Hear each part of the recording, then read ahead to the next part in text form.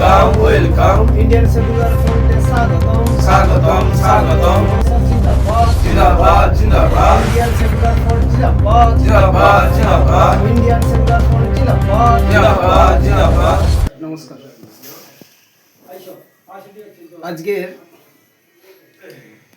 সাগর বিধানসভা রামকরচক অঞ্চলের 60 নম্বর বুথে প্রায় শতাধিক মানুষ বিজেপি ও টিএমসি ছেড়ে আইএসএফে যোগদান সভা করল। এই যোগদানের উদ্দেশ্য একটাই, বিভিন্ন দিক থেকে মানুষকে হয়রানি করা হচ্ছে শাসক দলের পক্ষ থেকে। এসআইআর,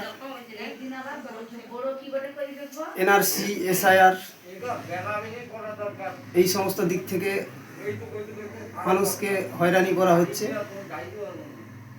তারই প্রতিবাদে শতাধিক মানুষ ইন্ডিয়ান সেকুলার ফ্রন্টের ছায়াতলে এসেছে। মানুষের ক্ষোভ, রাগ সবটাই এই শাসক দলের বিরুদ্ধে।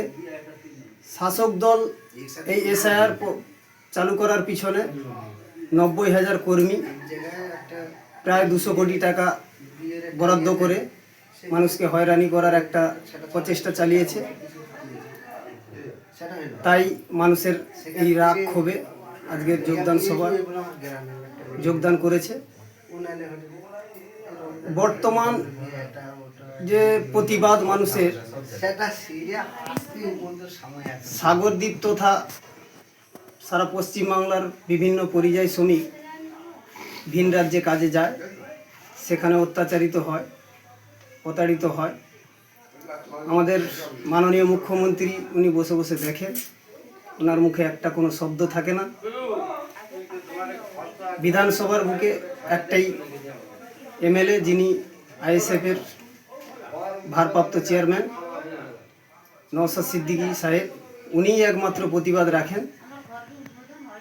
তাই তারই এই ছায়াতলে আজকের বিভিন্ন মানুষ যোগদান করল।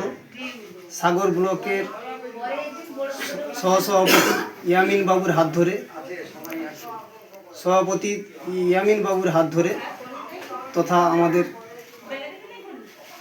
সঙ্গে মিলিতভাবে আলোচনা করে আজকের শতাধিক মানুষ আইএসএফে যোগদান করল।